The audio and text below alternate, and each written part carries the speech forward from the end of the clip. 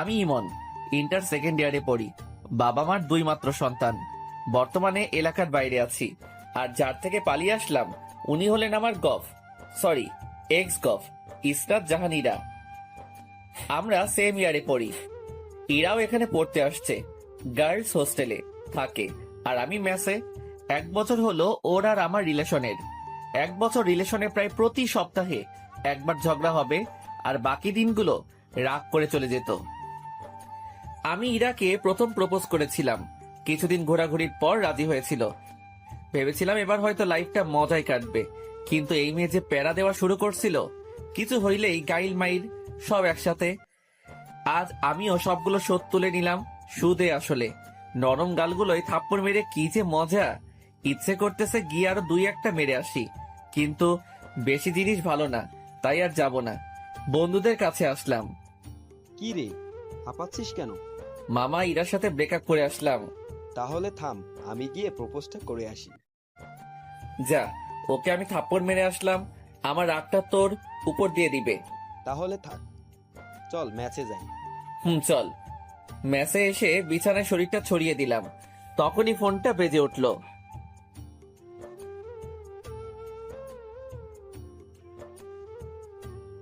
Hello, কে? নাম্বারটা দেখো। ভাইয়ার নাম্বার। ভাইয়া বলো। একটা ঘটনা ঘটে গেছে। কে মরলো আবার? আরে ধুর, ফাজলামি করিস না। কি হয়েছে সেটা বলো।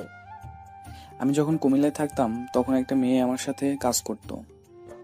মেয়েটা না অনেক সুন্দরী। ভালো তো। আমি মেয়েটাকে ভালোবাসি। ভালো তো, তারপর? মেয়েটাও আমাকে খুব ভালোবাসে। ভালো তো, তারপর? আমি ওকে বিয়ে করতে চাই। ভালো তো, তারপর? তুই আব্বু আম্মুকে বল না। তারপর? শুধু তারপর করতেছিস কেন? কি করবো সেটা বল। আমি কি পাবো? কি চাস? বাইক। ওকে, কিন্তু আগে কাজ। ওকে, তুই আম্মুকে গিয়ে বল। তুই আয় না। টিসির জন্য অ্যাপ্লাই করছিলাম না, ওটার জন্য থাকতে হবে। ও আচ্ছা, তারপর? আমি আব্বু আম্মুকে ফোন করে পুরা পাম দিতেছি। তুই আমার ভাই, তুই ছাড়া আমার কি আছে?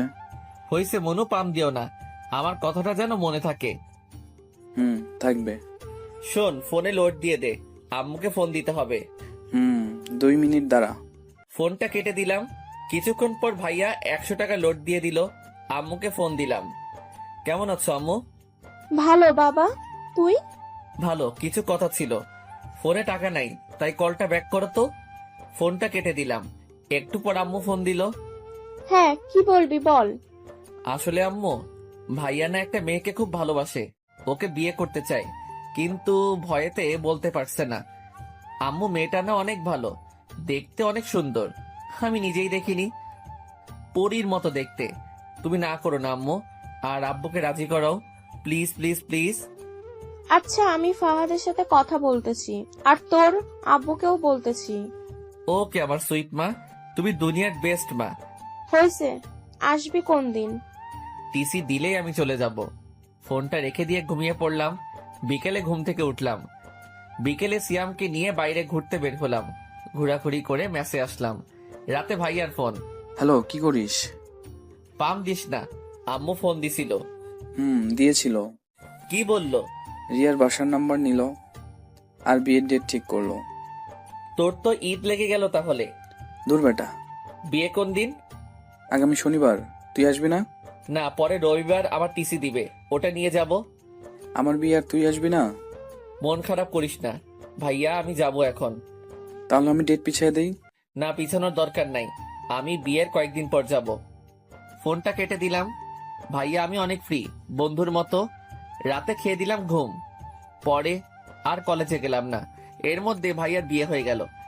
ভাবির সাথে এই কয়দিনে অনেক কথা হয়েছে, ভাইয়ার সাথেও অনেক কথা হয়েছে। ইরার কথা অনেক মনে পড়েছে, ওর পাগলামিগুলো মিস করতাম, কিন্তু কিছু করার নাই। ব্রেকআপ তো ও করছে, আজ টিসি দেওয়ার কথা। কলেজে গেলাম। ভালোবাসা হারানোর কিছু থাকে না, সে চলে গেলেও দিয়ে যায় কিছু সময়, কিছু স্মৃতি, যাকে আঁকড়ে ধরে আপনি বেঁচে থাকতে পারেন। কারো ছেড়ে যাওয়ার দিকটা পজিটিভ ভাবে দেখুন। সে চলে গেছে কারণ সে আপনার যোগ্য ছিল না। যোগ্য মানুষটার জন্য অপেক্ষা করুন। কলেজে গিয়ে দেখি ইরার বান্ধবী তিশার সাথে দেখা। কেমন আছো? ভালো, তুমি? ভালো। হেতি কোথায়? বাসায় গেছে, ওর বোনের বিয়ে।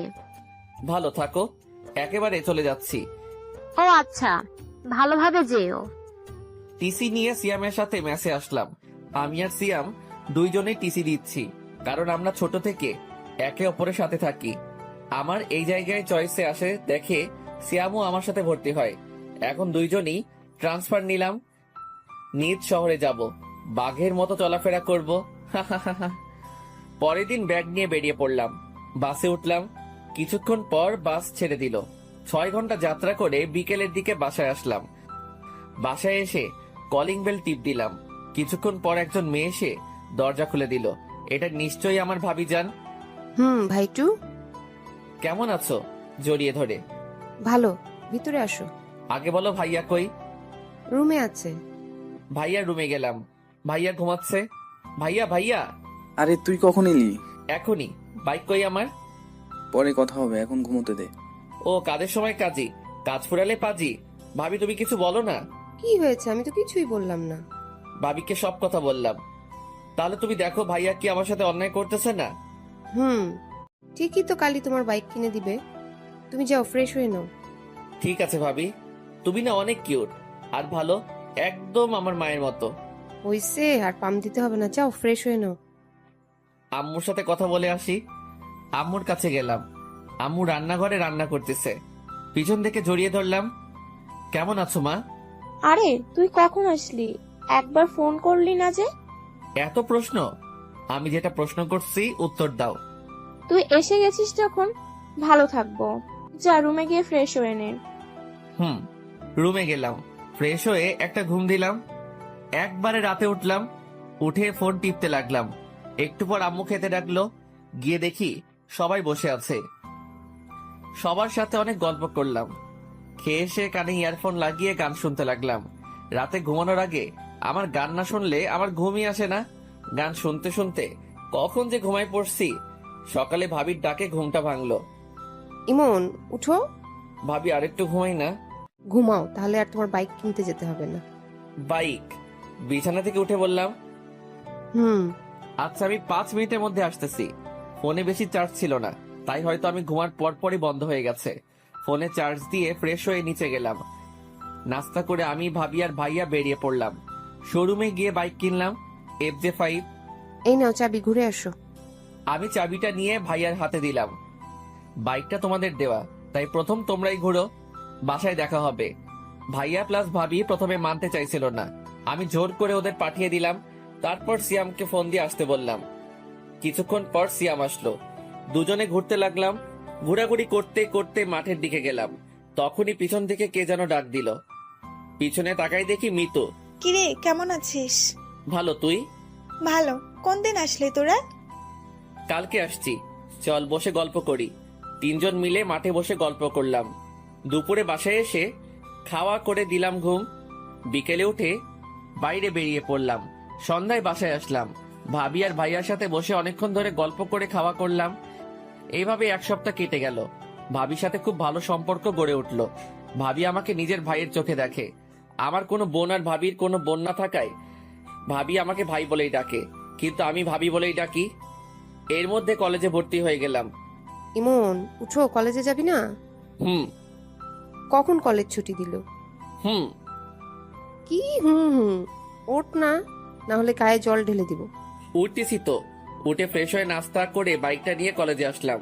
ক্লাস শেষ করে বাইরে আসলাম, তখনই ভাবির ফোন। হ্যালো ভাবি। ভাই, আমার একটা কাজ করে দিতে পারবি? বলো। আমার বোন আজকে আসবে, তুই যদি ওকে একটু স্টেশন থেকে নিয়ে আসতিস। আচ্ছা, কিন্তু আমি চিনবো কেমন করে? ও নীল ড্রেস পরে আছে, একটু তাড়াতাড়ি যায় ভাই আমার, ও ওয়েট করে আছে। বলেই ভাবি ফোন কেটে দিল। বন্ধুদের থেকে বিদায় নিয়ে স্টেশনে আসলাম। এখানে তো অনেক মেয়ে নীল ড্রেস পরা থাকতে পারে, কিন্তু ভাবির বোনকে চিনবো কেমন করে? কিছুক্ষণ ঘোরাঘুরি করার পর একটা নীল ড্রেস পরা মেয়ে দেখতে পেলাম, কিন্তু মাথা নিচু করে বসে আছে। আমি তার কাছে গেলাম। এটাই হয় মনে হয়, কিন্তু এভাবে বসে আছে কেন? এই যে বিয়ান সাহেব, ভিক্ষা করা হলে বাসায় যাই। মেয়েটা মাথা তুলে আমার দিকে তাকালো। মেয়েটাকে দেখে আমার তো শখ খেয়ে মরে যাবার অবস্থা। তুই এখানে? ওই কুত্তি, আমি এখানে আমার ভাবির বোনকে নিয়ে আসতে এসেছি। কিন্তু তুই এখানে কেন? আমি আমার বোনের বাসায় এসেছি। তোর বোনের নাম কি? রিয়া। আর দুলাভাই? ফাহাদ। What the Fahad? হাইরে ফুডা কপাল, শেষমেশ আমার এক্স কিনা আমার ভাইয়ের শালি। উপরওয়ালা ঠাডা ফেলাও আমার উপর। কিরে চুপ কেন? কি বলবো, সবই কপাল। চলো এখন। আমি কেন যাব তোর সাথে? তোকে এখনো জুতা মারিনি তোর কপালে।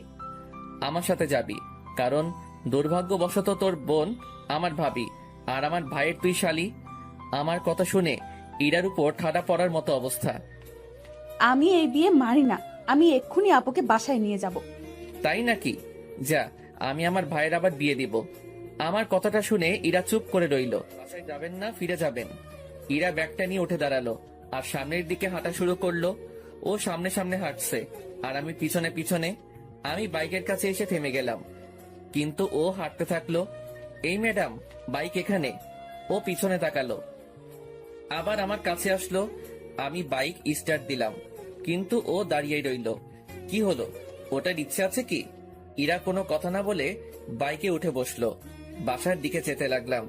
শুন, আপু যেন না জানে যে তুই আমাকে চিনিস আর আমাদের সম্পর্ক ছিল। সেটা তুই না বললে আমি বলতাম। ভালো। বাইক চালাচ্ছিলাম, হঠাৎ করে সাইড মিররে ইরার চেহারাটা দেখলাম। বাতাসে চুলগুলো উঠছিল আর ইরা ওগুলো হাত দিয়ে ঠিক করছিল। খুব সুন্দর লাগছিল। চুইংগামের জন্য একটা নতুন হেয়ার কাটিং দিতে পারলি, একটা থ্যাঙ্কসও দিলি না। কুত্তা, ওই দিন যদি তোর পাইতাম, জানিস আমার চুইংগাম ওঠাতে কত কষ্ট হয়েছে। ভালো তো। ইরা আর কোনো কথা বলল না। বাসার সামনে আসতে রাস্তায় মিতুর সাথে দেখা। মিতু দেখার সাথে সাথে ডাক দিল, মার্কেটে যাব একটু। এটা কে? ভাবির ফোন। আমাকে একটু মার্কেটে নিয়ে যাবি? তুই দাঁড়া, আমি নামিয়ে দিয়ে আসছি। আচ্ছা, তাড়াতাড়ি আয়। আমি বাইকটা নিয়ে বাসার সামনে আসলাম। ভিতরে যান, আমি আসছি। ইরা কিছুক্ষণ আমার দিকে তাকিয়ে রইল। আমি বাইকটা ঘুরিয়ে চলে আসলাম। মিতুকে নিয়ে মার্কেট করলাম। মার্কেট শেষ করে বাসায় আসলাম। বাসায় এসে ফ্রেশ হয়ে শুয়ে পড়লাম। কিছুক্ষণ পর ভাবি খাওয়ার জন্য ডাকলো। নিচে গেলাম খাওয়ার জন্য। গিয়ে দেখি ইরা বসে আছে। আমি ওর সামনে বসে পড়লাম। আমি নিজের মতো খেতে লাগলাম আর ভাইয়া আর ভাবির সাথে কথা বলতে লাগলাম। ইরা মাঝে মাঝে আমার দিকে তাকাচ্ছিল, মনে হয় কিছু বলতে চাইছিল। আমি খাওয়া শেষ করে উপরে আসতে যাব, তখনই ভাবি ডাক দিল, মন, ইরাকে একটু ঘুরিয়ে নিয়ে আসিস প্লিজ। আমি আজ পারবো না, বাসায় অনেক কাজ আছে। আচ্ছা ভাবি, ওনাকে রেডি থাকতে বলিও। বলেই নিজের রুমে চলে আসলাম। বিকেলে বাইকটা বের করে ইরার জন্য অপেক্ষা করতে লাগলাম। আসতে দেরি করছিল দেখে বাইকের হর্ন দিতে লাগলাম। কিছুক্ষণ পর ইরা আসলো। সাদা ড্রেস, কপালে কালো টিপ, খোলা চুল, জাস্ট অসাম লাগছিল ওকে। ইরা আমার সামনে এসে দাঁড়িয়ে গেল। আমি মাথা নামিয়ে নিলাম। উঠুন। ইরাকে নিয়ে বাইকে ঘুরতে লাগলাম। হঠাৎ করে ফোনটা বেজে উঠলো। বাইকটা থামিয়ে ফোনটা বের করলাম। বের করে দেখি মিতুর ফোন। হ্যালো। কই তুই? পার্কের পাশের রাস্তায়। পার্কে আয়, আমি ওয়েট করছি। আচ্ছা দাঁড়া। ফোনটা রেখে দিয়ে পার্কে গেলাম। গিয়ে দেখি মিতু বসে আছে। আমি বাইকটা রাখলাম।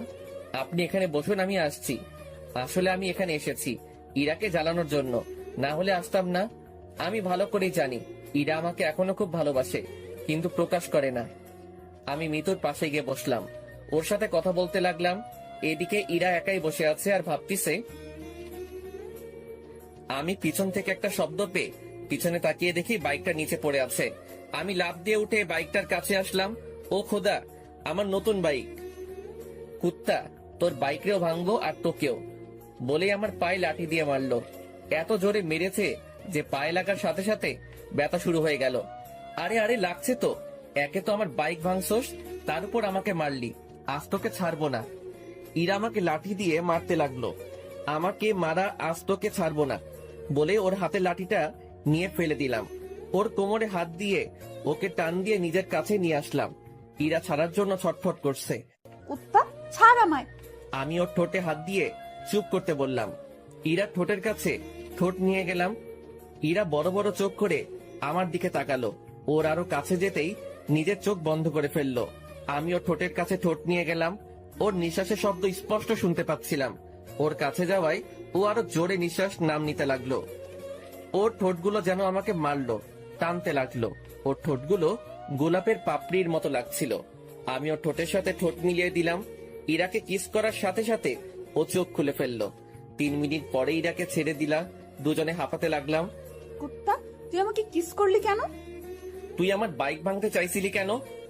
আমার ইচ্ছে হয়েছে, আমি ভাঙছি। আমার ইচ্ছে হয়েছে, আমি কিস করছি। কেন? আমার ঠোঁট কি তোর বাপের সম্পত্তি? না, আমার ভাবির সম্পত্তি। তাই দেখে তুই আমাকে কিস করবি? সেটা আমার বাইক ভাঙচুর করার আগে ভাবা দরকার ছিল। ইরা আর কোনো কথা বলল না। মিতুর কথা মনে পড়তেই আমি মিতুর কাছে আসলাম। মিতু ফোন টিপতেছে। তাহলে পিছনে কি হয়েছে ও হয়তো দেখেনি। কিরে, কি করিস? তুই কই গেলি তখন? একটা কাজ ছিল, বাসায় যাব, চল। চল। মিতুকে বিদায় দিয়ে ইরার কাছে আসলাম। ইরা গাছের সাথে হেলানি দিয়ে দাঁড়ায় আছে। আমি বাইকটা তুলে স্টার্ট দিলাম। ইরা পিছনে এসে বসলো। ইরার সাথে লজ্জায় কোনো কথা বলার ইচ্ছে হচ্ছে না। কেমন করে কি যে হয়ে গেল। দুজনে বাসায় আসলাম। ওকে নামিয়ে দিয়ে বাইকটা রাখলাম। তারপর নিজের রুমে গেলাম। ফ্রেশ হয়ে শুয়ে পড়লাম। কিছুক্ষণ পর আম্মু খেতে ডাকলো। গিয়ে দেখি ইরা বসে আছে। আম্মু, ভাইয়া আর আব্বু কই? ওরা আসেনি, তোরা খেয়ে নে। ইরা আমার সামনে বসে আছে। দুজনে মাথা নিচু করে খেতে লাগলাম। ভাবি আসলো। কিরে, কেমন ঘুরলি? ভালো আপু, জায়গাটা অনেক সুন্দর। আচ্ছা, খেয়ে নে। আমি খেয়ে নিজের রুমে চলে আসলাম। রাতে ঘুম ধরছিল না, তাই ছাদে গেলাম। একটু পর মিতুর ফোন আসলো। কিরে, কি করিস? এই তো ছাদে দাঁড়িয়ে আছি, তুই? শুয়ে আছি। মিতুর সাথে কথা বলতে লাগলাম। হঠাৎ করে আমি সামনে তাকিয়ে দেখি ইরা। মিতু, ফোনটা রাখ, আমি পরে ফোন দিচ্ছি। আচ্ছা। মিতু ফোনটা কেটে দিল। ইরা আমার কাছে আসলো। কার সাথে কথা বলছিলি? মিতুর সাথে। এরপর থেকে যেন ওই ডাইনির সাথে কথা বলা আর দেখা করা না দেখি, বলে দিলাম। কেন, কথা বললে কি করবা? ইরা আমার কাছ থেকে ফোনটা নিয়ে নিল। ফোন পাবি না, যখন দরকার হবে আমার কাছে বলবি, আমি দিব। না, ফোন ছাড়া আমার ঘুম আসে না। ফোন লাগবেই আমার। বলছি না পাবি না। ইরার কাছ থেকে জোর করে ফোনটা নিতে গেলাম, তখনও মেয়েদের চোর পকেটে ফোনটা ঢুকিয়ে দিল। চোর পকেট কি জানতে চাহিয়ে লজ্জা দিবেন না? এইবার নিয়ে দেখা। মনটা খুব হতাশ হয়ে গেল। আমি নিচে যেতে লাগলাম। তখনই ইরা আমার হাতটা টেনে ধরলো আর ঠোঁটের সাথে ঠোঁট লাগিয়ে দিল। হঠাৎ আমার কি যে হলো, ইমনকে কাছে টেনে নিয়ে ওর ঠোঁটের সাথে ঠোঁট লাগিয়ে দিলাম। ওকে কিস করার সময় ওর শরীরের এক অদ্ভুত ঘ্রাণ আমাকে ওর আরো কাছে টানতে লাগলো। 5 মিনিট পর ওকে ছেড়ে দিলাম। ইরা এভাবে কিস করবে ভাবতেও পারিনি। আই লাভ ইউ বলেই ইরা দৌড়ে নিচে চলে গেল। আমি নিজের রুমে চলে আসলাম। শুয়ে শুয়ে কতক্ষণ কি হইলো সেটা ভাবতে লাগলাম। সবকিছু মাথার উপর দিতে যাচ্ছিল। নিজে ব্রেকআপ করলো, আবার নিজেই আই লাভ ইউ বললো। আমার সাথে মজা নেওয়া, এবার দেখাবো মজা। যদি কাঁদিয়ে না ছেড়েছি তাহলে আমার নাম ইমন না। না, মজা পাইছে নাকি? এইবার মজা আমি দেখাবো। সব প্ল্যান ভাবতে ভাবতে ঘুমিয়ে পড়লাম। সকালে মনে হলো কে যেন আমার দিকে তাকিয়ে আছে। চোখ খুলতেই দেখি ইরা। কি ব্যাপার, আপনি এখানে? আপনি কাকে কি বলছেন? আপনাকে। মজা নেওয়া বাদ দে, মায়ের খাবি। অচেনা কাউকে তো আপনি করেই বলতে হয়। ফাইজলামি বাদ দিয়ে নিচে আয়, আপু নাস্তা করতে ডাকতিছে বলেই ইরা নিচে গেল। কিছুটা রেগে গেছে। আমি ফ্রেশ হয়ে নিচে গেলাম। সবাই টেবিলে বসে, আমি ইরার মুখোমুখি চেয়ারে বসলাম। খাওয়ার মধ্যে ইরা পায়ের উপর পা উঠে দিল। আমি ওর দিকে তাকাতেই ও মুচকে একটা হাসি দিল। আমি টেবিল থেকে প্লেট নিয়ে উঠে সোফায় গিয়ে বসলাম। কি রে, ওখানে গিয়ে বসলি কেন? টিভি দেখতে দেখতে খাবো। তারপর সবাই খাওয়া শেষ করে যে যার মতো চলে গেল। ভাবি আর আম্মু রান্নাঘরে গেল। ইরা আমার পাশে এসে বসলো। আমি ওর দিকে না তাকিয়ে টিভি দেখতে লাগলাম। একটু পর ইরা আমার দিকে চেপে আসলো। আমি একটু সরে বসলাম। ও আরো চেপে আসলো। ধীরে ধীরে আমি একেবারে সোফার কোনায় চলে আসলাম। ইরা আমার শরীরের সাথে চেপে বসে আছে। আমি ওর দিকে তাকালাম। ও টিভির দিকে তাকিয়ে মুচকি হাসি দিচ্ছে। শুনছেন? কিছু বলবা? না, কিছু বলবো না। এমন ভাব করছে যেন কিছু বুঝে না। ধুর, এখানে আর থাকবো না। যেই উঠতে যাব, ইরা আমার হাত ধরে আবার সোফায় বসিয়ে দিল আর আমার কোলে বসে পড়লো। আর কি হচ্ছে এটা? আম্মু ভাবি কেউ দেখে ফেলবে তো। দেখলে দেখুক, আমার কি। এখন চুপ থাকো, টিভি দেখতে দাও। ধুরবাল, ভালো লাগে না। না পারছি উঠতে, না পারছি বসে থাকতে। মুটকিটার ভারেতে পা ব্যথা ধরে গেল। আরেকবার মুটকি বললে গলা টিপে মেরে ফেলবো। শুনলো কেমনে? হঠাৎ করে ভাবির আওয়াজ পেলাম। আমি ভয় পেয়ে ইরাকে ধাক্কা মারলাম। ইরা মেঝেতে পড়ে গিয়ে জোরে চিল্লানি দিল। ওর চিল্লানি শুনে ভাবি রান্নাঘর থেকে চলে আসলো। কি রে, নিচে বসে আছিস কেন? বসে নেই, পড়ে গেছি। কেমন করে পড়লি? এই রে, এইবার যদি বলে দেয় আমি ধাক্কা মেরে ফেলে দিছি, পা পিছলে পড়ে গেছে ভাবি। ও, যা রুমে গিয়ে রেস্ট নে। তোর কি তার ছিড়া? দেখতে পারতেছিস না উঠতে পারতেছি না, রুমে যাব কেমন করে? ইমন ভাই, তুই একটু রুমে দিয়ে আয় না, আমাকে রান্নাঘরে যেতে হবে। না ভাবি, আমি পারবো না। যা না ভাই একটু, তুই আমার সুইট ভাই না। হইছে হইছে, আর মাখন মারতে হবে না। আসুন। ইরার দিকে হাত বাড়িয়ে ইরা হাত ধরে উঠতে গিয়ে আবার বসে পড়লো। কি হলো? উঠতে পারছি না। তাহলে কেমনে নিয়ে যাব? কোলে করে নিয়ে যাও। না, পারবো না। যা না ভাই আমার, প্লিজ প্লিজ। আচ্ছা আচ্ছা ঠিক আছে। ভাবি রান্নাঘরে চলে গেল। আমি ইরাকে কোলে তুলে নিলাম। ইরাকে মুচকি মুচকি হাসছে। আমি ওকে ওর রুমে নিয়ে গেলাম। ও আমার গলা জড়িয়ে ধরেছিল। ওকে বিছানায় শুইয়ে দিয়ে উঠতে যাব, কিন্তু ও আমাকে জড়িয়ে ধরে রইল। কি হলো, ছাড়েন? না, আগে পাপ্পি দাও তারপর। না, পারবো না। তাহলে আমিও ছাড়বো না। আমি ইরাকে নিজের থেকে জোর করে ছাড়িয়ে চলে আসতে যাব, তখন ও হাত টান দিয়ে দিল। আমি ওর উপরে পড়ে গেলাম। ইরা নিচে, আমি ওর উপরে। ইরা আমাকে জড়িয়ে ধরলো। মেয়েদের শরীর এত নরম আগে জানতাম না। দয়া করে কেউ খারাপ ভাবে নেবেন না প্লিজ। আমি ইরার শরীরের সাথে মনে হয় মিশে গেছি। কি করছেন, ছাড়েন। কেউ এসে যাবে তো। আগে পাপ্পি। পারবো না। আচ্ছা, আমি নিজে নিয়ে নিচ্ছি। যেই ইরা আমার ঠোঁটের কাছে ঠোঁট নিয়ে আসতে লাগলো, ভাবি তুমি এখানে? কথাটা শুনে ইরা আমাকে ছেড়ে দরজার দিকে তাকালো। এই সুযোগে আমি পালিয়ে গেলাম। কুত্তা, আমাকে টুপি পরানো পরে দেখে নিব। আমি ওখান থেকে চলে আসলাম। নিজের রুমে এসে ফোন টিপতে লাগলাম। বিকেলে মিতুর ফোন আসলো। কই আছিস? বাসায়। দেখা করতে পারবি? কোথায়? বড় মাঠে। আচ্ছা, একটু দাঁড়া, আমি যাচ্ছি। বাসা থেকে বাইকটা নিয়ে বেরিয়ে পড়লাম। মিতুর সাথে দেখা হয়নি, চুপচাপ চলে আসলাম। দেখতে পেলে কি যে করতো। মিতুর কাছে আসলাম। মিতুর সাথে অনেকক্ষণ গল্প করলাম। সন্ধ্যার দিকে হঠাৎ ফোনটা বেজে উঠলো। বের করে দেখি ভাবির ফোন। হ্যালো, আমি তো মার্কেটে আসলাম একটু। বাসায় আয় তাড়াতাড়ি। আচ্ছা। মিতুকে ওর বাসায় নামিয়ে দিয়ে বাসায় আসলাম। ফ্রেশ হয়ে ভাবি রুমে গেলাম। গিয়ে দেখি ইরা আর ভাবি গল্প করতেছে আর চা খাচ্ছে। ভাবি ফোন দিলে যে। সে কখন বের হয়েছিস না বলে, তাই ফোন দিলাম। বস, তোর জন্য চা নিয়ে আসি। ভাবি চা আনতে গেল। আমি সোফায় বসে ফোনটা বের করে টিপতে লাগলাম। আমার সামনে এসে ফোনটা কেড়ে নিয়ে বিছানায় ছুঁড়ে মারলো। কই ছিলি? মিতুর সাথে দেখা করতে গেছিলাম। ও ফোন দিছিল। ওকে জ্বালানোর জন্য বললাম। তুই ওই ডাইনির কাছে গেছিস কেন? আমার ফ্রেন্ডের সাথে আমি দেখা করতে যাব, সেটা স্বাভাবিক ব্যাপার। না, দেখা করতে যাবি না, ওই মেয়ের নজর ভালো না। 2 দিন দেখে বুঝে গেলেন ওর নজর খারাপ। ও তোর দিকে কেমন করে তাকায়। তুই ওর সাথে কথা বলবি না, এমনকি কোনো মেয়ের সাথে কথা বলবি না। কেন? আমি মেয়ের সাথে কথা বললে দোষ, আর আপনি ছেলের সাথে কথা বললে কিছু না? আমার কথাটা শুনে ইরা চুপ হয়ে গেল। আসলে আমার ইরার ব্রেকআপ এই কারণেই হয়। ওর একটা ফ্রেন্ড ওকে লাইক করত, আর আমি ওকে বলেছিলাম যাতে ওর সাথে কথা না বলে, কিন্তু ও শুনেনি। উল্টো আমি কোনো মেয়ের সাথে আমি কথা বললে সেই রাগ দেখাতো। এর মধ্যে ভাবি চলে আসলো। ভাবি আসাতে ইরা নিজের জায়গায় গিয়ে বসলো। দাও। ভাবির সাথে অনেক গল্প করলাম। রাতে খাবার টেবিলে ইরা আমার দিকে মাঝে মাঝে তাকাচ্ছিল, কিন্তু কিছু বলছিল না। রাতে কে ঘুমিয়ে পড়লাম। কাল থেকে কলেজে যেতে হবে। সকালে ইরার ডাকে ঘুমটা ভেঙে গেল। কি হলো? কলেজে যাবা না? ওঠো। আমি কিছু না বলে উঠে ফ্রেশ হতে গেলাম। ফ্রেশ হয়ে বেরিয়ে দেখি ইরা নাস্তা হাতে নিয়ে দাঁড়িয়ে আছে। টেবিলে নাস্তার প্লেটটা নিয়ে আমার কাছে আসলো। আপনি নাস্তা করেছেন? না, সকালে মিষ্টি নাস্তা করব দেখে নাস্তা করিনি। দাঁড়াও, দেখাচ্ছি। মানে? ইরা আমার কাছে আসলো, হালকা করে ঠোঁটে একটা কিস করলো। এই হলো আমার মিষ্টি নাস্তা। তাড়াতাড়ি নাস্তা করে রেডি হয়ে নিচে আসো বলেই ইরা চলে গেল। আমি এখনো থ হয়ে দাঁড়িয়ে আছি।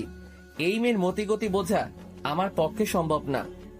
নাস্তা করে রেডি হয়ে ব্যাগটা নিলাম। নিচে আসতেই আম্মির ডাক। আম্মু বলো। এই নে। 1000 টাকা হাতে ধরিয়ে দিয়ে, আমার কাছে তোর টাকা আছে। লাগবে, রেখে দে। আর ইরাকে সাথে নিয়ে যা, ওকে একটু তোদের কলেজটা ঘুরিয়ে দেখা। ও বাসায় একা একা কি করবে? তোর সাথে গেলে মনটা একটু হালকা হবে। আচ্ছা রেডি হতে বলো। আমি রেডি। পিছন থেকে ইরা বলল, ও তার মানে আগে থেকে ঠিক করা সবকিছু। তাই বলি হঠাৎ এত টাকা দিচ্ছে, সেটাও আবার আম্মু, ভাবা যায়? হয়েছে হয়েছে, যা এখন। ইরার দিকে তাকালাম। নীল ড্রেস, খোলা চুল, জাস্ট রূপকথা রাজকন্যা। আমি বাইকটা বের করে আনলাম। ইরা বাইরে দাঁড়িয়ে আছে। আমি ইরার সামনে গেলাম। কেমন লাগছে? আপনি কি ফ্যাশন শোয়ে যাচ্ছেন, না ছেলে পটাবেন যে এত সাজগোজ?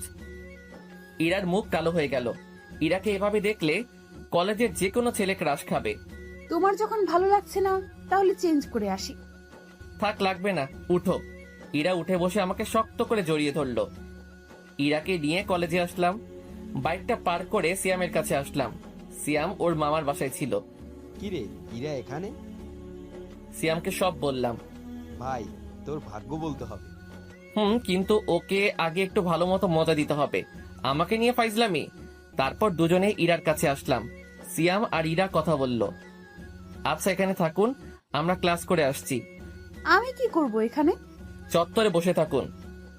আমি একা বসে থাকবো। থাকুন, আমি ক্লাস করে চলে আসব। আমি আর সিয়াম ক্লাসের দিকে যেতে লাগলাম। পিছনে ফিরে দেখি ইরা বসে আছে, আর কিছু ছেলে ওর দিকে যাচ্ছে, হয়তো কথা বলবে। ছেলেগুলো ইরার কাছে গিয়ে কি যেন কথা বলছিল। আমি আর সিয়াম ক্লাসে না গিয়ে ওদের কাছে গেলাম। কি হয়েছে ভাইয়া? আরে ইমন ভাই, তুমি এখানে? কি হয়েছে? আসলে ভাই, আমার ফ্রেন্ড এই আপুকে অনেক পছন্দ হয়েছে, তাই কথা বলতে আসছিলাম। ওটা তোদের ভাবি হয়। ভাই আগে বলবা তো, ভুলে গেছে। আর হবে না আপু, দেন প্লিজ। ছেলেগুলো চলে গেল। তোকে আজ ক্লাস করতে হবে না, তুই ওকে নিয়ে ঘুরে আয়। বাইকটা নিয়ে আসি। বাইকটা নিয়ে ইরার সামনে আসলাম। ইরা উঠে শক্ত করে জড়িয়ে ধরলো। সবাই আমার দিকে তাকিয়ে আছে। ভাবিজি রোম্যান্স বাইরে গিয়ে কইরেন, এটা ক্যাম্পাস বলেই সিয়াম দৌড়ে চলে গেল। আমি বাইকটা জোরে টান দিলাম। বাইক আর মেয়ে পার্ট তো দেখাতে হবেই। সারাদিন ইরাকে নিয়ে বাইকে ঘুরলাম। ইরা সারাদিনে অনেক বকবক করেছে। বিকেলের দিকে বাসায় আসলাম। এসে ফ্রেশ হয়ে ঘুম দিলাম। সন্ধ্যায় ঘুম থেকে উঠে পুরো অবাক হয়ে গেলাম। ইরা আমাকে জড়িয়ে ধরে শুয়ে আছে, কিন্তু ও এখানে কখন এলো? আমি ইরার দিকে তাকিয়ে দেখতে লাগলাম। ফ্যানের বাতাসে চুলগুলো উঠছে, মুখটা খুব মায়াবী লাগছে। হঠাৎ করে ইরার ঘুমটা ভেঙে গেল। কি ব্যাপার, তুমি এখানে কখন আসলা? আসলে আপু তোমাকে ডাক দিতে বলছিল, কিন্তু এসে দেখি তুমি ঘুমাচ্ছ। আমারও ঘুম পাচ্ছিল, তাই এখানে ঘুমিয়ে পড়ি। কি, যদি ভাবি এসে দেখে ফেলতো তাহলে কি ভাবতো? যা ভাবার তাই ভাবতো। এখন উঠে ফ্রেশ হয়ে নিচে আসো। আমার কপাল একটা পাপ্পি দিয়ে ইরা চলে গেল। মেয়েটার মায়ায় আরো পড়ে যাচ্ছি। কি যে করি, ওকে কষ্ট দিতে পারছি না। আমি যে ওকে ভালোবাসি, তাহলে কষ্ট কেমন করে দেই? আর ওর থেকে দূরে থাকতে পারবো না। কালকে ওকে সব বলবো। উঠে ফ্রেশ হয়ে নিচে গেলাম। ভাবি আর ইরা আর আম্মু বসে কি যেন বলা বলি করছে। আমি যেতেই চুপ হয়ে গেল। ঘুম হলো? খুব ভালো ঘুম হয়েছে, তাই না? কি বলছো কিছুই বুঝতেছি না। থাক, আর বোঝা লাগবে না। আমার আর কিছুই বোঝা লাগবে না, বস এখানে। আমি গিয়ে ভাবির পাশে বসলাম। তোরা গল্প কর, আমি রান্না করে যাই। আম্মু রান্না করে চলে গেল। আমিও যাই, আম্মুকে সাহায্য করি। ভাবিও চলে গেল। আমি বসে ফোন টিপতেছি আর টিভি দেখতেছি। হঠাৎ ইরা এসে আমার কোলে শুয়ে পড়লো আর টিভি দেখতে লাগলো। আরে কি করছো, ভাবি এসে যাবে তো। আসলে আসুক, আমার কি। ইরা টিভি দেখতে লাগলো আর আমি রান্নাঘরের দিকে তাকিয়ে রইলাম, ভাবি আসছে কিনা। ইরার দিকে তাকালাম। ইরা টিভি দেখতে ব্যস্ত। ইচ্ছে করছে ইরার মাথায় হাত বুলিয়ে দেই, কিন্তু কেন জানি সাহস হচ্ছিল না, তাই চুপচাপ বসে রইলাম। একটু পর ইরাকে ভাবি রান্নাঘর থেকে ডাক দিল। ইরা উঠে রান্নাঘরে চলে গেল। একটু পরে এক কাপ চা হাতে নিয়ে আসলো, এনে আমাকে দিল আর পাশেই বসে পড়লো। অর্ধেক চা খেতেই ইরা কাপটা নিয়ে বাকিটা চা খেতে লাগলো। আমি ওর দিকে তাকিয়ে রইলাম। কি হলো, এভাবে তাকিয়ে আছো কেন? না এমনি। বজ্জাত কোথাকার চায়ের কাপটা নিয়ে নিল। রাতে খাবার খেয়ে রুমে আসলাম। এসে গান শুনতে শুনতে ঘুমিয়ে পড়লাম। সকালে ঘুম থেকে উঠে ফ্রেশ হয়ে নিচে গেলাম। ইরা নাস্তার টেবিলে বসে আছে, আমিও বসে পড়লাম। খাওয়ার সময় ইরা পায়ে গোতা দিতে লাগলো। একসময় পা সরিয়ে নিলাম। ইরার পা চেয়ারের সাথে লাগলো। তাই হয়তো ওর মুখ কালো হয়ে গেল। আমি নাস্তা করে কলেজে আসলাম। আজ ইরা কলেজে আসেনি, কারণ ওর ভাবির সাথে মার্কেটে যাওয়ার কথা ছিল।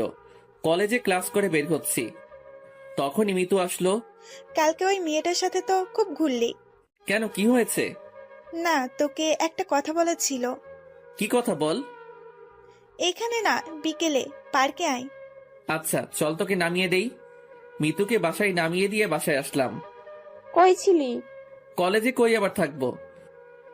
তোর বাইকের পিছনে মেয়েটা কে ছিল? ও, ওটা আমার ফ্রেন্ড হয়। আর কোনোদিন যেন কোনো মেয়েকে বাইকের পিছনে নেওয়া না হয়, আর কোনো মেয়ের সাথে প্রেম ঠেম করা যেন না শুনি। আম্মু, আমার রুমে চলে আসলাম। এসে দেখি ইরা আমার বিছানায় বালিশে মুখ লুকিয়ে কান্না করছে। কি ব্যাপার, তুমি এখানে আর কান্না করতেছো কেন? ইরা কান্না করেই যাচ্ছে। আমি ওর কাছে গিয়ে ডাক দিলাম। ও উঠে সোজা আমার শার্টের কলার ধরলো। তোকে না বলেছিলাম কোনো মেয়ের সাথে কথা বলবি না, কিন্তু তুই তো ওই ডাইনির সাথে বাইকে ঘোরাঘুরি করতেছিস। বলে ইরা কান্না করতে লাগলো। আরে আমি তো ওকে বাসায় নামিয়ে দিতে গেছিলাম। কেন তোকে বাসায় নামিয়ে দিতে হবে কেন? ওর কি হাত পা নেই, চলতে পারে না? রিক্সায় যাবে, অটোতে যাবে, তোর বাইকে কেন? আর নিব না, হইছে। এবার কলার ছাড়ো, লাগছে। ইরা আমাকে টান দিয়ে বিছানায় নিয়ে আসলো আর বুকের উপরে মাথা রেখে শুয়ে পড়লো। চুপচাপ থাকবি, আমাকে শুয়ে থাকতে দে। ঠিক আছে, সারাদিন না খেয়েছিলাম, এখন না খেয়ে শুয়ে থাকি। ইরা আমার মুখ তুলে তাকালো, তারপর আমার কাছে এসে ঠোঁটের সাথে ঠোঁট লাগিয়ে দিয়ে চুষতে লাগলো। পুরো 5 মিনিট পর ছেড়ে দিল। দুজনেই হাঁপাতে লাগলাম।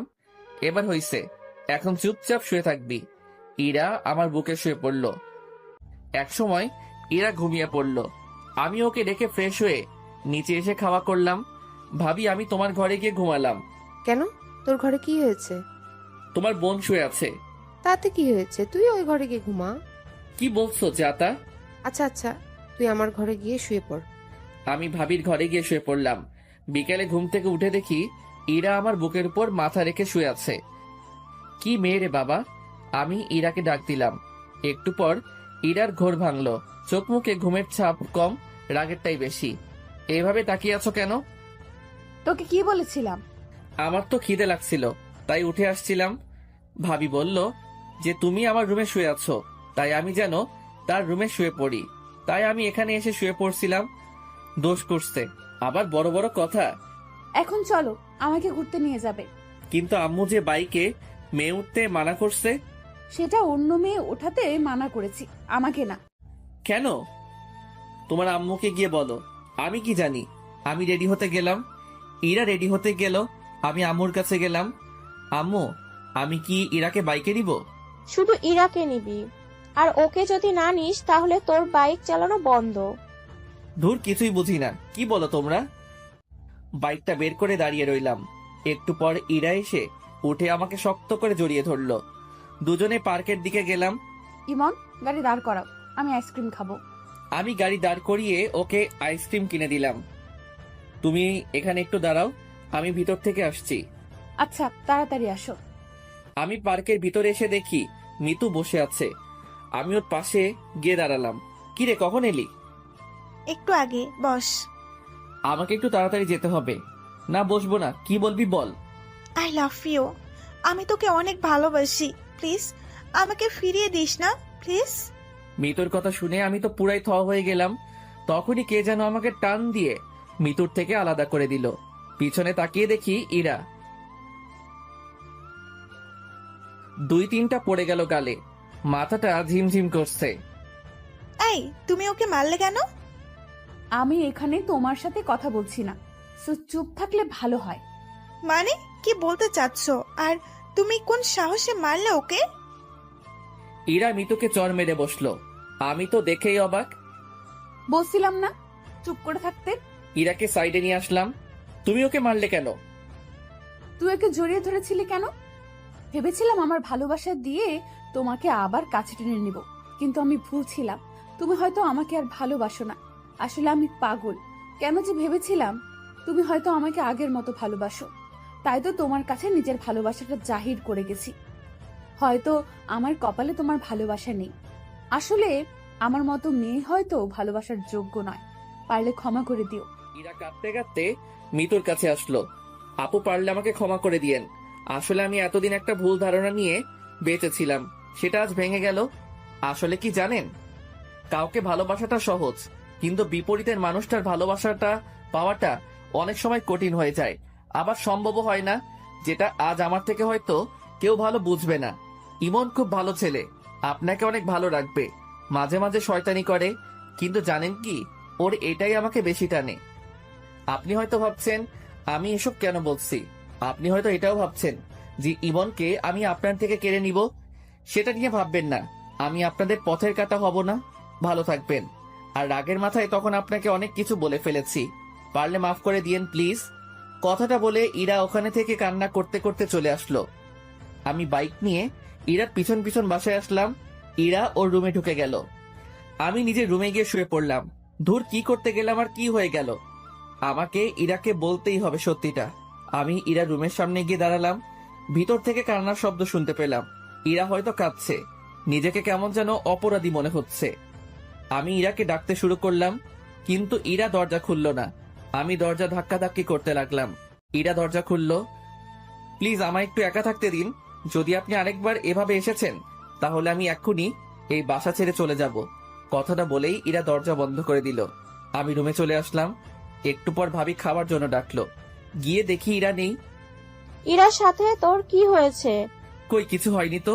তাহলে ও কান্না করছে কেন? আমি আর কিছু বললাম না, মাথা নিচু করে রইলাম। খেতে ইচ্ছে করছিল না, তাই না খেয়ে নিজের রুমে চলে আসলাম। চোখ বন্ধ করে শুয়ে আছি। একটু পর মাথায় কারো হাতের স্পর্শ পেলাম। চোখ খুলে দেখি ভাবি। আমার ভাইটার বুঝি মন খারাপ? না ভাবি, এমনি ভালো লাগছে না। আমাকে বুঝি বলা যাবে না, তাই না? আসলে তেমন কিছু না, মাথাটা খুব ব্যথা করছে, তাই খুব খারাপ লাগছে। তুই ভাবিস না, আমি সব ঠিক করে দিব, তুই এখন ঘুমা। কথাটা বলেই ভাবি চলে গেল। আমি চুপ করে শুয়ে রইলাম। চোখে ঘুম নেই। চোখ বন্ধ করলেই ইরার হাসি মুখটা সামনে আসছে। যে করেই হোক ওকে আমাকে পেতেই হবে। ওকে আর আমার থেকে দূরে যেতে দিব না। চিৎকার করে বলতে ইচ্ছে করছে, ইরা, আমি তোমাকে ভালোবাসি। কাল যে করেই হোক ওর থেকে ক্ষমা চাইতে হবে। দরকার পড়লে ওর পায়ে পড়ব, কিন্তু ওকে নিজের থেকে দূরে যেতে দিব না। সারা রাত ঘুম হয়নি। ভোর রাতে ঘুমিয়ে পড়লাম। সকালে ঘুম থেকে উঠে ফোনটা হাতে নিয়ে দেখি 11টা বাজে। আমি তাড়াতাড়ি করে ইরার রুমে গেলাম। গিয়ে দেখি রুমে ফাঁকা, ইরার জামা কাপড় কিছুই নেই। আমি দৌড়ে নিচে আসলাম। ভাবি, ভাবি, ভাবি। কি হয়েছে? ইরা কই? ও আজ সকালে চলে গেছে। অনেক আটকানোর চেষ্টা করেছি কিন্তু পারিনি। কয়টা ট্রেন? 10:30টায়। আমি তাড়াতাড়ি করে বাইকটা বের করে স্টেশনের দিকে বেরিয়ে পড়লাম। সাবধানে যাস। স্টেশনে গিয়ে দেখি ট্রেন চলে গেছে। সাইডে বেঞ্চে বসে পড়লাম। চোখের কোণ দিয়ে এক ফোঁটা জল মাটিতে পড়ল। নীরবে বসে কাঁদতে লাগলাম। আজ আমার ভুলের জন্যই ইরা আমার থেকে দূরে চলে গেল। একটু পর ভাবির ফোন আসলো। হ্যালো ভাবি। কি হয়েছে তোর? তোর কণ্ঠটা এমন শোনা যাচ্ছে কেন? না কিছু না, বলো কি বলবা। পেলি ওকে? না ভাবি। আচ্ছা তুই বাসায় আয়, তোর সাথে কথা আছে। আচ্ছা আমি এক্ষুনি আসছি। বাইকটা নিয়ে বাসার দিকে যেতে লাগলাম।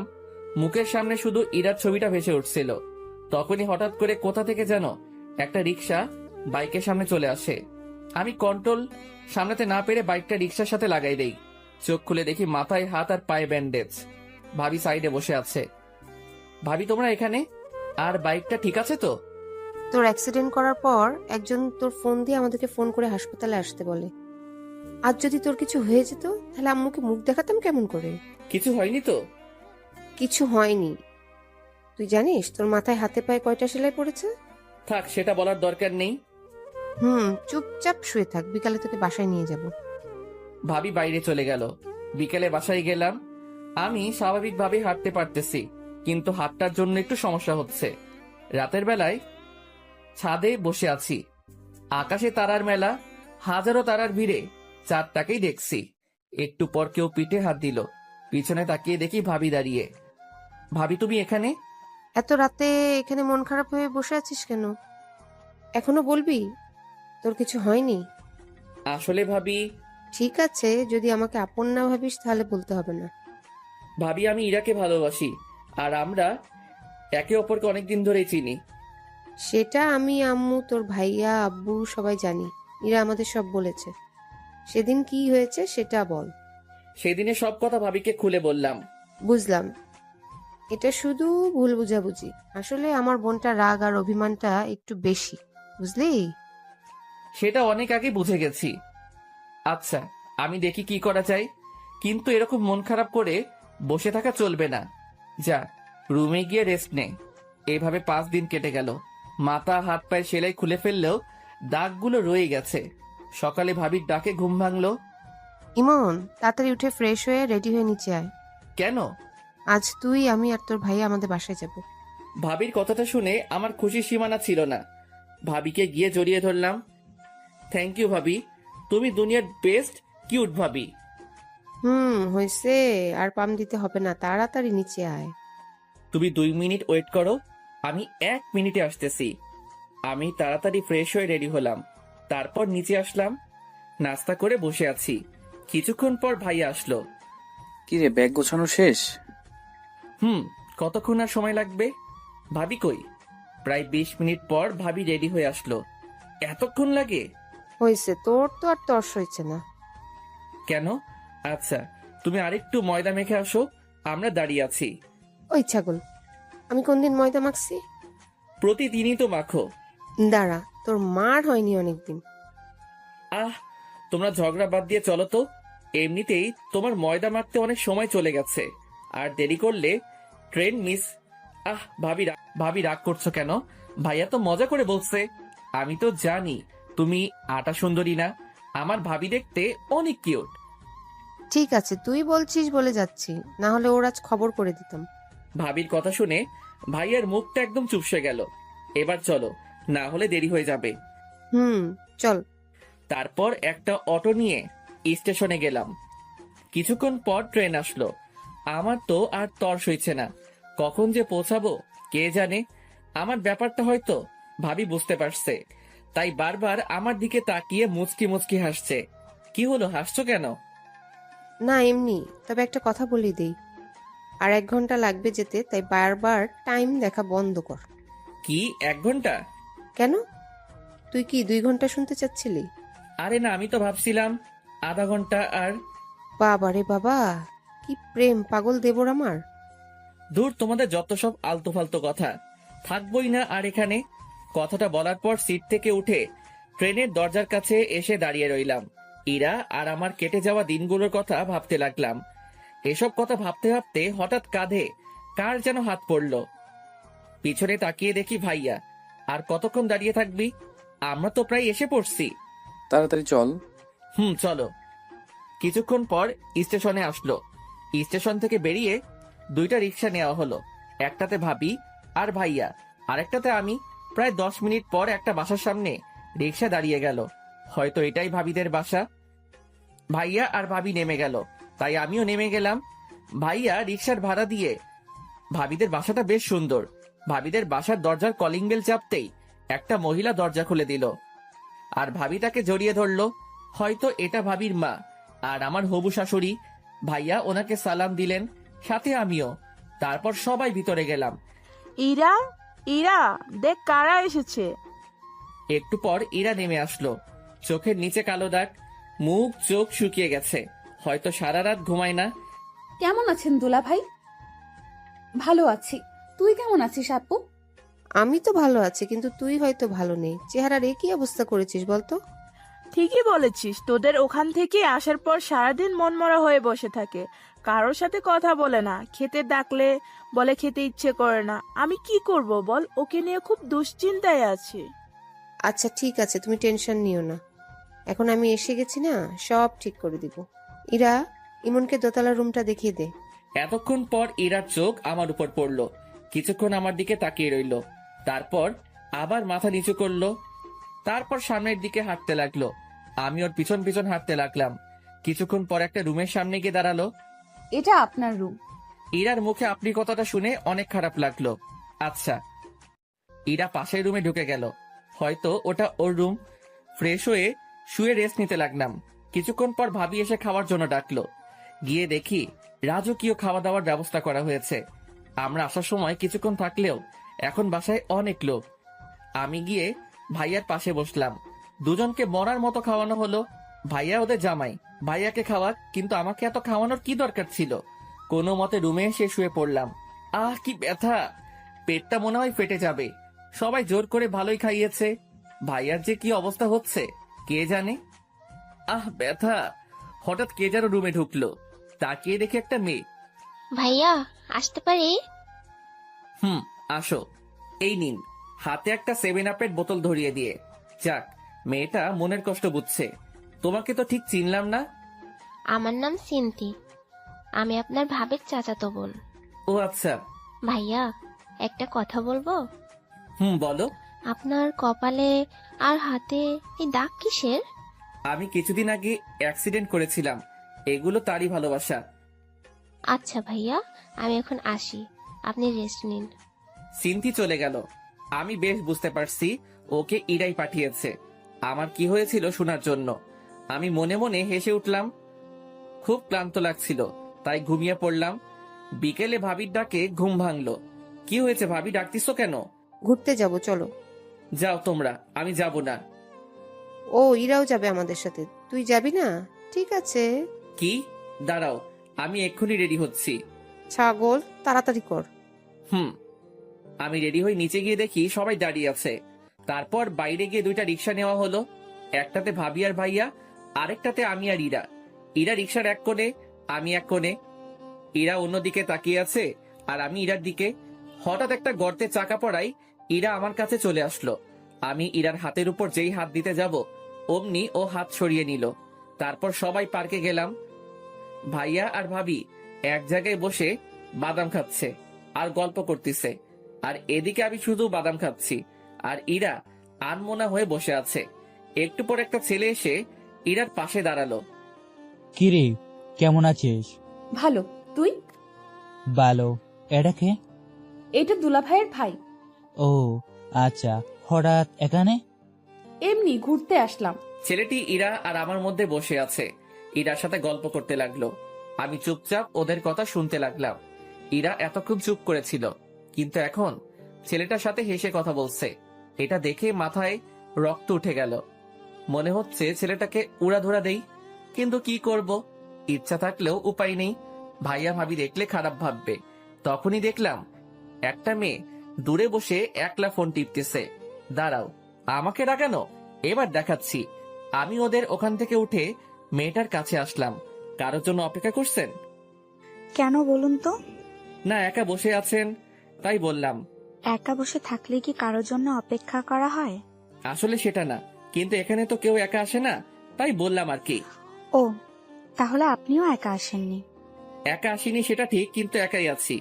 আপনার কথা ঠিক বুঝলাম না। অত বুঝে কি হবে বলেন তো? আমি ইমন। নিশি। আমার কথার উত্তরটা কিন্তু পেলাম না। কোনটা? এই যে, কারোর জন্য অপেক্ষা করছেন কিনা? না, তেমন কেউ নেই। ও, আপনার কেউ আছে? জি আছে। কে সে? ওই যে দেখছেন একটা ছেলের পাশে একটা মেয়ে বসে আছে, ওইটা। মানে আপনার গার্লফ্রেন্ড আরেকজনের সাথে বসে কথা বলছে, আর আপনি এখানে বসে আছেন? ব্যাপারটা ঠিক হজম হলো না। সে অনেক কাহিনী, অন্য একদিন বলবো। ফ্রেন্ডস। ফ্রেন্ডস। আমি রিয়ার সাথে গল্প করতে লাগলাম। এদিকে ইরা রিয়াদ। কিরে, কি হলো? ওদিকে কি দেখছিস? কিছু না। তোর কি হয়েছে বলতো? আছে, চলো বাসায় যাব এক্ষুনি। একটু পর যাই, তুই বস এখানে। বলছি না বাসায় যাব, তাড়াতাড়ি উঠ। দুলা ভাই উঠেন তো। আচ্ছা, ইরা যখন বলছে চলো, চলে যাই, কিন্তু ইমন কই? কথা বলা শেষ হলে চলুন বাসায় যাব। আচ্ছা চলো। আমি নিশিকে বলে চলে আসলাম। আসার সময় অবশ্য ওর নাম্বারটা নিয়ে এসেছি। বাসায় আসলাম।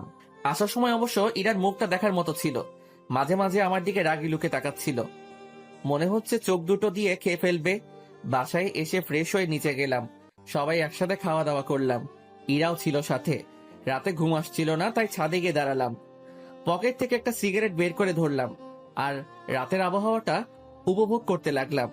সিগারেট খাওয়াটা আমার নেশা না, দিনে 1টা থেকে 2টা আর না খেলে নাই। হঠাৎ একটু পর কারো পায়ের আওয়াজ পেলাম। সিগারেটটা লুকিয়ে ফেললাম। ইরা ছাদে উঠলো। সিগারেটটা দূরে ফেলে দিতে চাইলাম, কিন্তু দিলাম না।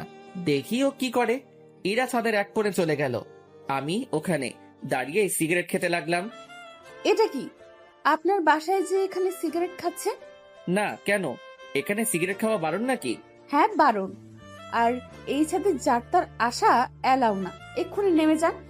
তাহলে যাত্রারের মধ্যে পড়ি। হ্যাঁ, আমার তো সেটাই মনে হচ্ছে।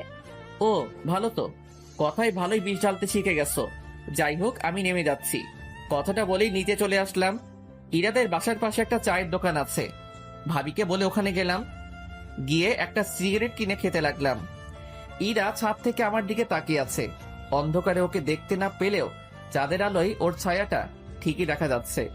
সিগারেটের ধোঁয়ায় ইরার দেওয়া বিষগুলোকে মন থেকে বের করার চেষ্টা করতে লাগলাম। কিছুক্ষণ পর বাসায় ঢুকলাম। ভিতরে ঢুকে দেখি ইরা দাঁড়িয়ে। ওর মুখোমুখি না হয়ে রুমে চলে গেলাম। গিয়ে শুয়ে পড়লাম। কোনোভাবেই হার মানলে চলবে না, পুরো চেষ্টা করতে হবে। কোনো মতেই আমি ইরাকে আমার জীবন থেকে আলাদা হতে দিব না। এসব ভাবতে ভাবতে ঘুমিয়ে পড়লাম। সকালে ঘুম থেকে উঠে ফ্রেশ হয়ে নিচে গেলাম। ভাইয়া নাস্তা করছে, পাশে সিনথিয়া আর ইরাও আছে। আমি গিয়ে সিনথির পাশে বসলাম। আমি আমার মতো খেতে লাগলাম। এর মধ্যে সিনথি আমার কানের কাছে আসলো। ভাইয়া, আপনি আর আমি আজ ঘুরতে যাব। পাশ থেকে কথাটা হয়তো ইরা শুনতে পেল। ইরা সিনথির দিকে রাগি লুকে তাকালো। ওর চোখ দেখে সিনথির যায় যায় অবস্থা। এত কথা কিসের? খাওয়ার সময় যা। আর ওকে খেতে দে আগে। উপরে যা। সিনথি ভয় পেয়ে উপরে পালালো। ইরা আমার দিকে একবার তাকিয়ে উঠে গেল। ওর চোখ দিয়ে মনে হয় আগুন ঝরছে। সারাদিন ইরার সাথে কোনো কথা হয়নি। বিকেলে বাজারে যাওয়ার জন্য বের হলাম। তখনই সিনথি আসলো। ভাইয়া কই যান? একটু মার্কেটে যাব। ও, আমিও যাব, চলুন। আমার কিছু কেনাকাটা করার আছে। আমি আর সিনথি বেরিয়ে পড়লাম। মার্কেটে গিয়ে সিনথি কেনাকাটা করতে লাগলো। তখন একটা শপে একজোড়া পাইল দেখে খুব পছন্দ। আমি পাইলগুলো ইরার জন্য কিনে নিলাম। ইরার পাইল অনেক পছন্দ। আমরা মার্কেট থেকে বেরিয়ে আসবো, তখনই দেখলাম ইরা মার্কেটের ভিতরে যাচ্ছে। ভাবলাম এক্ষুনি পাইলগুলো ওকে পরিয়ে দেই, তাই ওকে ডাকতে লাগলাম। কিন্তু ও না শোনার ভান করে চলে যেতে লাগলো। আমি দৌড়ে গিয়ে ওর হাতটা ধরলাম। কি হলো, কি হলো? এতক্ষণ ধরে ডাকছি, শুনতে পাচ্ছ না? জানোয়ার, রাস্তাঘাটে মেয়েদের দেখলে হাত ধরার ইচ্ছে হয়? কুত্তা, বাবা মা শিক্ষা দেয়নি? তোর মতো ছেলেদের জন্মের ঠিক নেই, সেই জন্য তোরা এমন করিস। আর একদিন যদি দেখি তাহলে বুঝতে পারবি। কথাগুলো বলে ইরা চলে গেল। আমি ওখানে দাঁড়িয়ে রইলাম। আশেপাশে সব মানুষ সবাই আমার দিকে তাকিয়ে আছে। অজান্তেই চোখ দিয়ে পানি পড়তে লাগলো। ইরা এমনটা করতে পারলো? হয়তো ভুলটা আমারই, কিন্তু আমার বাবা মা নিয়ে না বললেই পারতো। আজ বুঝে গেলাম ওর মনে আমি আর নেই। তাড়াতাড়ি করে নিজের চোখের জল মুছে ফেললাম। হঠাৎ করে কাঁধে কারোর হাতের স্পর্শ পেলাম। তাকিয়ে দেখি সিনথি। আরে বাদ দাও, আমি কিছু মনে করিনি। আরে কি বলছো তুমি? কেন ক্ষমা চাইছো? তুমি তো কিছু করনি। সব দোষ আসলে আমার ভাগ্যের। আসলে কি জানো, মানুষ যখন কাছে কিছু পায় তার মর্যাদা দিতে পারে না, আর যখন সেটা চলে যায় তখন সেটা তার কাছে অনেকটা দামি হয়ে যায়। আর কিছু সময় উপর থেকে সেটা লেখা থাকে না। আমার ক্ষেত্রে হয়তো উপরওয়ালার মর্জি। কারো মনে জায়গা করে নিতে উপরওয়ালার মর্জি থাকা লাগে কি?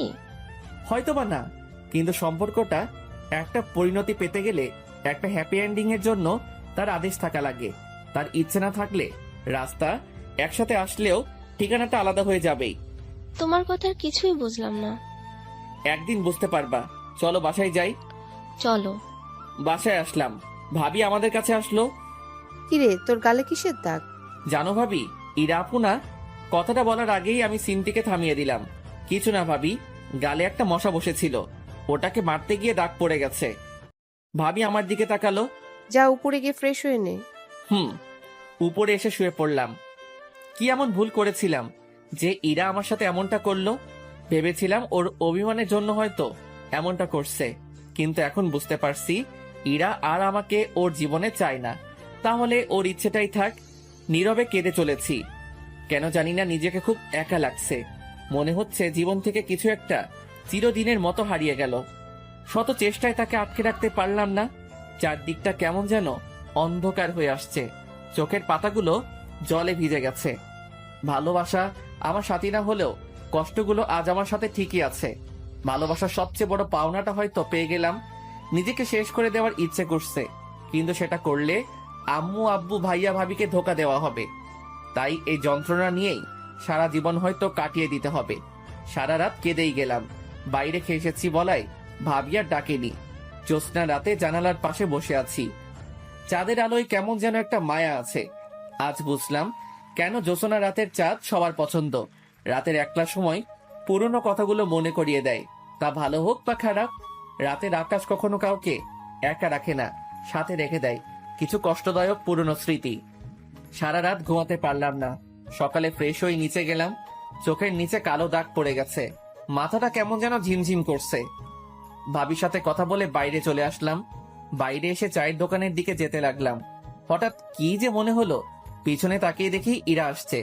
আমি কিছু না বলে এক দোকান থেকে এক প্যাকেট সিগারেট কিনে একটা সিগারেট ধরিয়ে পার্কের দিকে গেলাম। একটু পর ইরা ওর কিছু বান্ধবীর সাথে পার্কে এলো। আমি ওকে দেখে মাথা নিচু করে রইলাম আর নীরবে সিগারেট খেতে লাগলাম। হঠাৎ করে চোখ দিয়ে জল পড়তে লাগলো। তাড়াতাড়ি জল মুছে বড় একটা নিঃশ্বাস নিলাম। তারপর আরেকটা সিগারেট ধরলাম। এদিকে ইরা ইমনকে সিগারেট কেনা দেখে ওর পিছনে পিছনে আসে, সাথে কিছু ফ্রেন্ডকেও নিয়ে আসে যাতে ইমন বুঝতে না পারে। ইরা ইমনের দিকে এক দৃষ্টিতে তাকিয়ে আছে। কালকের ঘটনার জন্য ইরাও সারা রাত ঘুমাতে পারেনি। সারা রাত ইমনের জন্য কেঁদেছে। কাল কেন যে ওর সাথে এমন ব্যবহার করলাম, আজ আমার জন্য এত কষ্ট পাচ্ছে। সব আমার জন্য। কোন মুখে ওর কাছে যাব আমি? মনে মনে ইরা। এসব কথা ভাবতে ভাবতে ইরা কেঁদেই ফেললো। কি রে, কাঁদছিস কেন? ইরা কেঁদেই চলেছে। আরে বলবি তো? ইরা আর ওই জায়গায় না থেকে বাসায় চলে আসে। বাসায় এসে দরজা বন্ধ করে কাঁদতে থাকে। আমি একটু পর সামনে তাকিয়ে দেখি ইরা নেই। সারাদিন পর বিকেলে বাসায় যাই। ভাবি অনেকবার ফোন দিয়েছে কিন্তু ফোন ধরিনি। বিকেলের দিকে বাসায় গিয়ে দেখি ভাবি বসে আছে। কই ছিলি? বাইরে। কি হয়েছে তোর বলতো? কাল বাজার থেকে আসার পর থেকে কেমন যেন হয়ে গেছিস। কিছু হয়নি। তাই উপরে যা, তোর সাথে আমি একটু পরে কথা বলছি। আমি রুমে এসে শুয়ে পড়লাম। মাথাটা খুব ব্যথা করছে। একটু পর ভাবি আসলো। তুই সিগারেট খাস? আর যেন কোনোদিন সিগারেট খাওয়া না দেখি। তারপর ভাবি আমার কাছে আসলো, আমার মাথায় হাত বুলিয়ে দিতে লাগলো।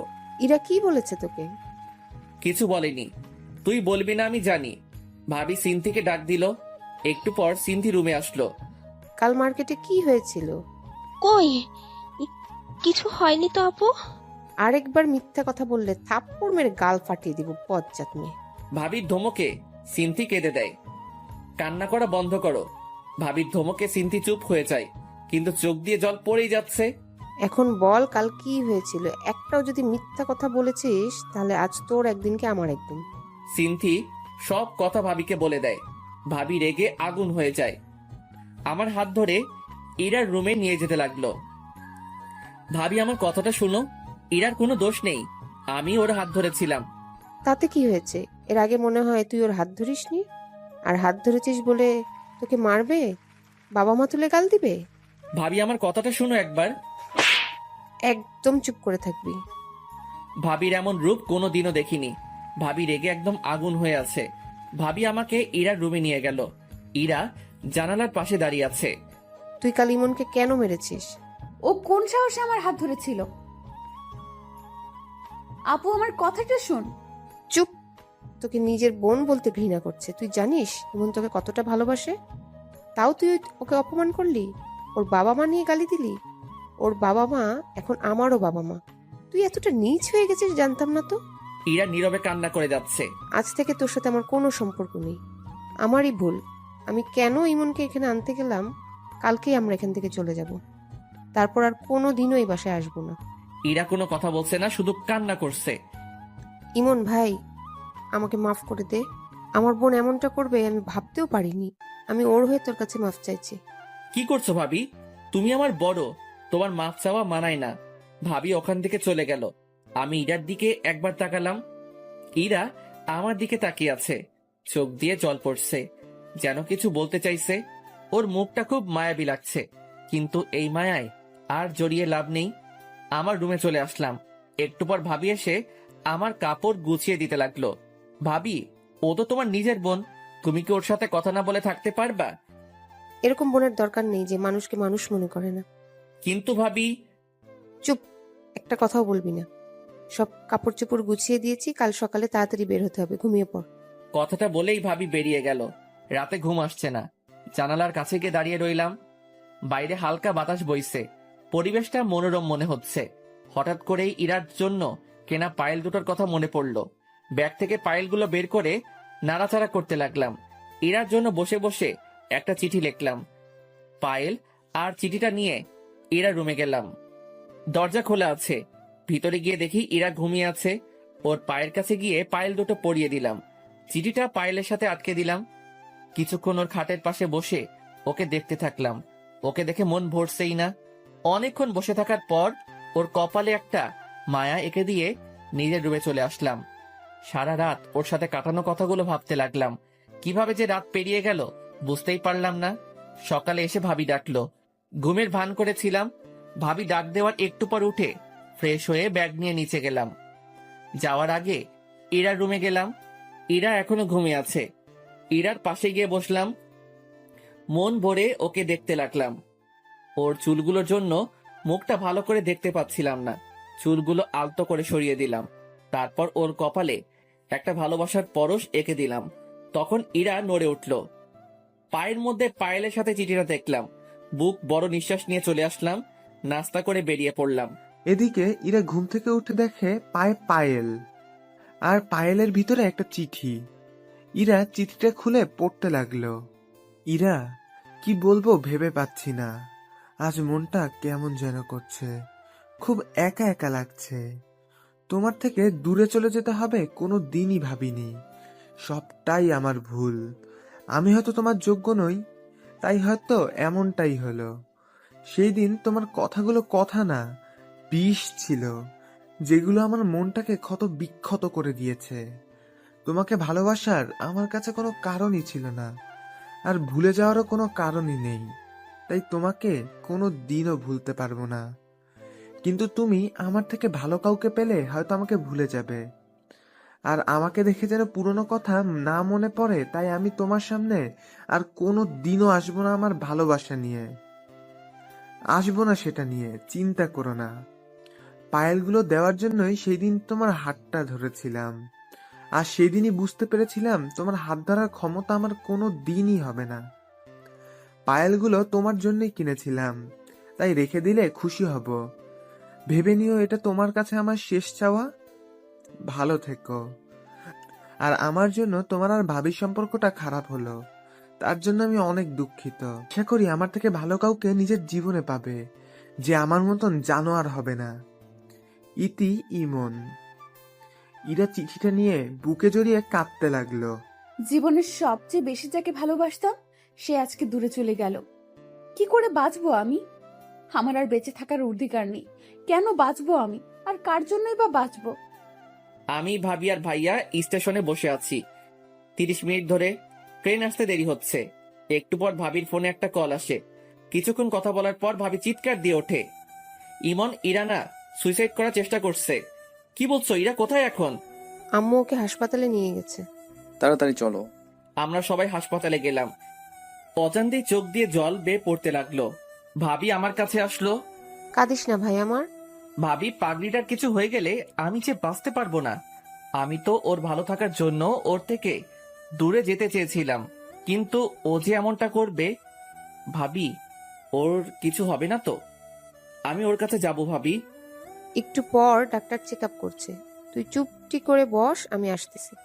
ভাবির কথা শুনে কিছুটা হলেও স্বস্তি পেলাম। কিছুক্ষণ পর ডাক্তার বের হলেন। সবাই দেখা করতে গেল। ভাবি আমাকে আগে যেতে বলল, কিন্তু আমি সবার পরে গেলাম। ইরা শুয়ে আছে। আমি রুমে ঢুকতেই আমার দিকে তাকিয়ে মুখ ঘুরিয়ে নিল। আমি ওর পাশে গিয়ে বসলাম। হাতে ব্যান্ডেজ করা, দুজনেই চুপচাপ। ইরা অন্যদিকে মুখ ঘুরিয়ে আছে। আমি ওর হাতের উপর হাত রাখলাম। ইরা চুপচাপ। দুজনের মুখে কোনো কথা নেই। কি বলবো ভেবে পাচ্ছি না। না, ওকে একটু রাগিয়ে দেখি। আমি কি চলে যাব? আসতে কি বলছে? কেউ বলেনি। নির্লজ্জ এর মতো চলে আসছি।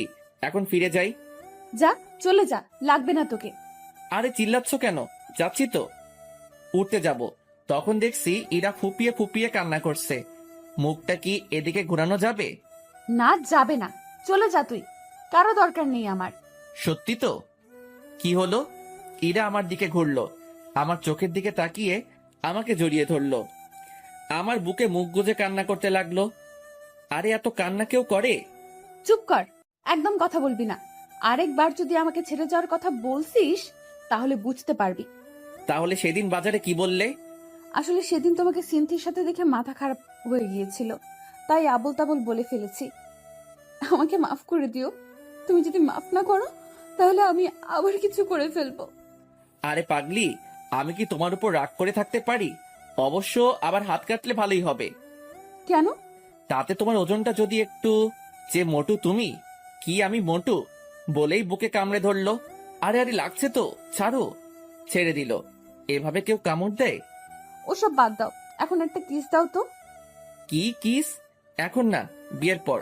দিবা কিনা বলো। কেউ এসে পড়বে, তোর গুষ্টি কিলাই। বলেই ইরা আমাকে টান দিল। আমি ইরার উপর পড়ে গেলাম। ইরা ঠোঁটের সাথে ঠোঁট লাগিয়ে দিল। 3 মিনিট পরে ছেড়ে দিল। দুজনে হাঁপাতে লাগলাম। ইরা আবার ঠোঁটের সাথে ঠোঁট লাগিয়ে দিল। এভাবে 3 বার কিস করলো। শেষমেশ ওকে ধাক্কা দিয়ে নিজের থেকে ছাড়িয়ে নিলাম। ইরা মুচকি মুচকি হাসতে লাগলো। আমি হাঁপাচ্ছি। এমন বারবার কেউ কিস করে? আমি করি। এখনই দম বন্ধ হয়ে যেত। হয়েছে, ঢং বাদ দাও। আমি ইরার পাশে বসলাম। বিকেলের দিকে ইরাকে বাসায় আনা হলো। গাড়ি থেকে নামার সময় ইরা ডাক দিল, কি বলছো ভাইয়া? ভাবি আছে তো? নিয়ে যাবে কিনা বল। ভাবি তখন আমার কাছে আসলো। দেখো না আপু, আমার মাথাটা ঘোরাচ্ছে, কেমন কেমন যেন লাগছে। ওকে বলছি কোলে করে নিয়ে যেতে, কিন্তু কিছুতেই নিয়ে যাচ্ছে না। একটা মেয়ে অসুস্থ, ওকে সাহায্য করা বাদ দিয়ে কি বলছিস?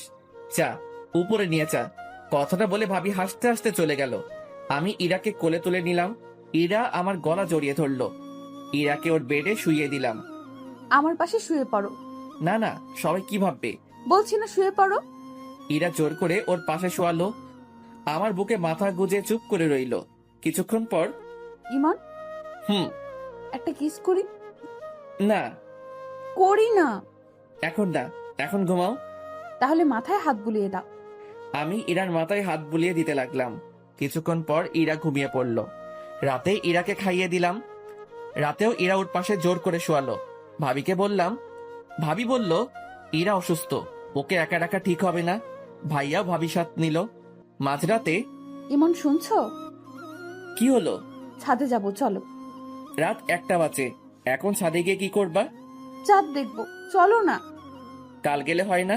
না হয় না, চলো এক্ষুনি। চলো। আরে আরে, আমি হাঁটতে পারবো না, কোলে নিয়ে যাও। ইরাকে কোলে করে ছাদে নিয়ে গেলাম। দুজনে দোলনায় বসলাম। ইরা আমার কাঁধে মাথা রাখলো। মুহূর্তটা চাওয়ার কিছু ছিল না। মনে হয় সময়টা এখানে থেমে যাক, আমাদের এই মুহূর্তে। ইমন, আবার কি হলো? আর ছেড়ে যাবে না তো? যতদিন পর্যন্ত উপরে যে আছে তার ডাক না পড়ছে, ততদিন পর্যন্ত আমি তোমার পাশে আছি। একটা কথা বলবো। বলো। একটা কিস দিবা? আবার দিবা না? যাও, তোমার সাথে কথা নাই। আরে বলছি দিব না। তাহলে দাও। ইরার কপালে একটা মায়া এঁকে দিলাম। এরকম করে কেউ কিস দেয়? তাহলে কেমন করে দেয়? তারাও দেখাচ্ছি। ইরা আমার কাছে আসলো। ইরার নিঃশ্বাসের শব্দ স্পষ্ট শুনতে পাচ্ছিলাম। ইরার ঠোঁট আমার ঠোঁটের কাছাকাছি। কেমন যেন একটা অদ্ভুত অনুভূতি কাজ করতে লাগলো। ইরার ঠোঁট দুটো আমাকে টানছে মনে হচ্ছে। ইরার ঠোঁটের সাথে ঠোঁট লাগিয়ে দিলাম। ইরা আমাকে জড়িয়ে ধরলো। কিছুক্ষণ পর ছেড়ে দিলাম। ইরা আমার কোলে মাথা রাখলো। দুজনে চন্দ্রবিলাস করতে লাগলাম।